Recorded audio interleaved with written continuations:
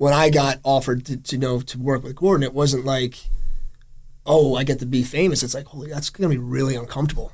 I was nervous. It wasn't like, oh, this is so easy. Like, right. I mean, there was times where I'm like sitting there, I'm like, this guy's right next to me. I'm like, this isn't real. Like, right? Social media's not real. I'm like, enjoy this, James. Enjoy this part of your life because it might just be a flash in the pan or a glimpse. Right. What's real is your wife and kids. What's real is New Jersey and peeling potatoes in your restaurant. That's real.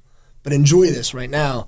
And just being humble about it, and then, having the ability to work with cameras in your face and, people telling you to do it this way or that way. And it's, it's a restaurant. It's all real. Right. But it's also a TV show. So there's a whole nother layers of what to do. And I think that's a lot of needles to thread. So finding a chef that could do that, like, I guess I'm fortunate in that sense that I'm capable of that. Yeah.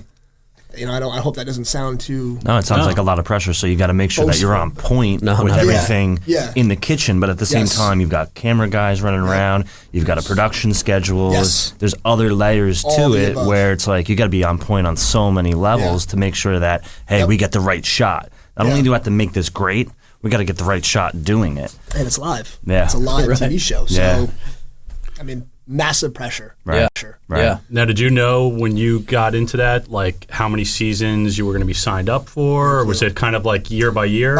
Usually I would get asked and I do too. And then, I'd have to wait. And that was kind of the challenge too. It's like, I don't want to walk away from this experience, but I can't just, while they're not filming, I can't just sit around, and it was hard. But yeah, you have no clue. I was looking back on your first season that you had with them, and obviously, I guess you were managing the red team or the blue team, and it looked like it got a little heated during that. You spent like 18 hours with these guys, and you were like, "What did you do? You embarrassed me in front of everyone." The halibut. The halibut.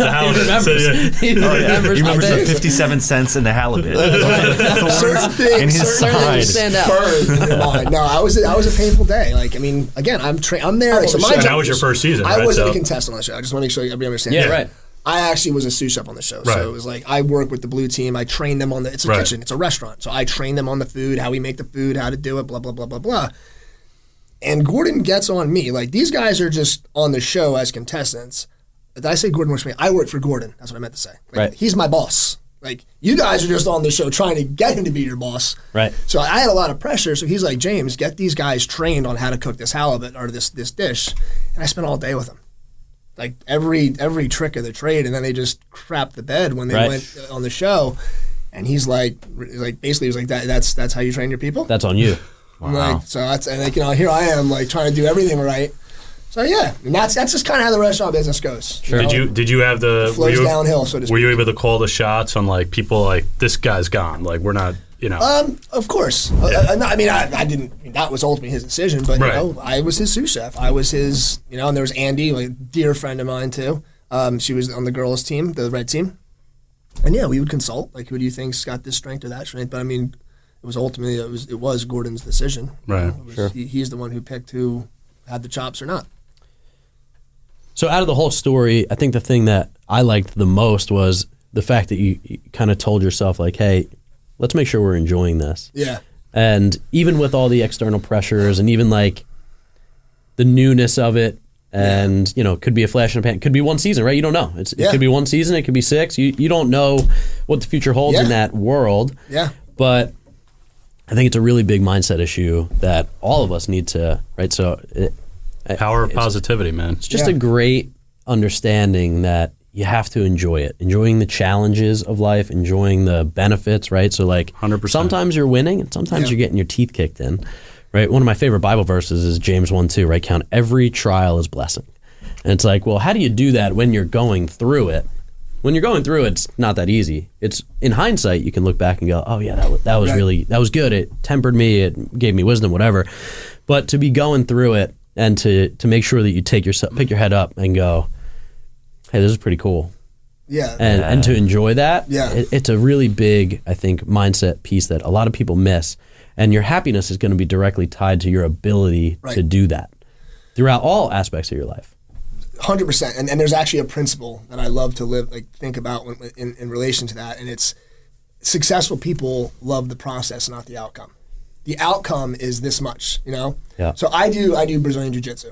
I love it. It's like Oh, nice. But like guys spend years doing it, right, to get their black belt. Now, getting your black belt takes all of 2 minutes. The professor calls you up, he ties around your. So if that's what's going to make you happy, you're missing out on all the other stuff, the training, the hours you're putting in. Right. And that's another reason why I love jiu-jitsu, not just because of like the exercise and art aspect of it, but like the life lessons I get out of it. And it's like, if you do not love the process, you're wasting your time. Right. If you're only focusing on getting a paycheck or focusing on getting to here, because you're never going to be happy when you get there. Like that's never, even when you get your black belt, right? You want the stripes. Like you, right. Like, you're never going to be happy. So like, take a breath, enjoy it, the good, the bad, the ugly, all of it, and like say, this is a process that is life. That is life. So I just finished the book Atomic Habits. Yeah, it's a great book. So it's really helped me in my health journey, like instead of this up and down and tying it to a goal. The guy says in the book very clearly, he's like, when you tie yourself to a goal, then if you fail at hitting that goal, you adopt that failure. If you hit that goal, then you get to allow yourself to be happy. But if your process is, I'm going to start creating healthy habits, right? So now every day, wake up 4:55, I put my gym clothes on. That's it. That's all. That's the only habit that I'm trying to create. And guess what happens? I go to the gym. Right. So I won today because I got up and I put my gym shorts on. Yeah. It's very simple, and it's only 2 minutes. And if I did that, I won the day because now I'm going to go and do that.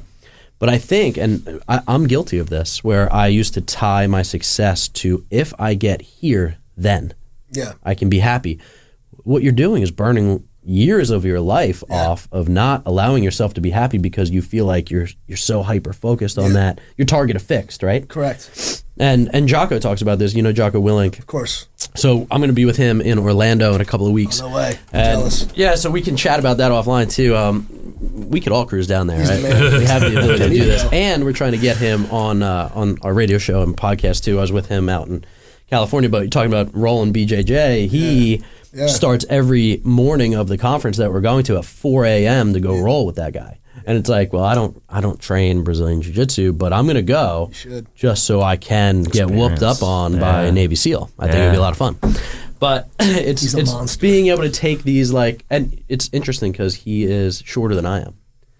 And I stood next to the guy. I was like, this dude could literally take me out. Larger than life. Yeah. So, but it's loving the process, falling in love with the process. And I think it's easy to say, right? Especially when you're getting your teeth kicked in, failing at business or failing at something in your life, or it's easy to say, well, you got to love the process. But there's ways to help yourself love that process, right? Mm-hmm. And it's really it's mindfulness of it, like being able to pull yourself back and say, man, enjoy this, and going through it and just say, wow, this is what I got done and accomplished that day. And so, just really good principles that you're bringing out here.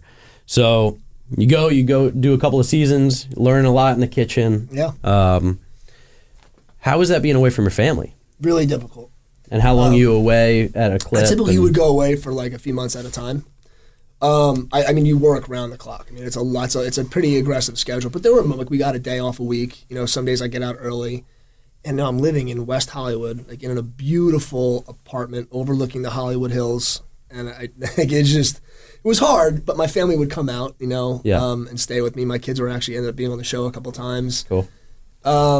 But it reminded me of the Atlantic City thing. It was like, in a way, and as messed up as this sounds, and I knew it was short term, I could just focus. I could just focus on being the best version of myself. I was like, I wasn't distracted. I was like, I'm out here to kind of not to contradict what I said, but I was like, I knew what I was doing out there, and I just did it. Yeah, and that was it. But and for that season, right? That's the focus. Like I'm here. I'm going to focus on this 100%. I'm going to immerse myself into it.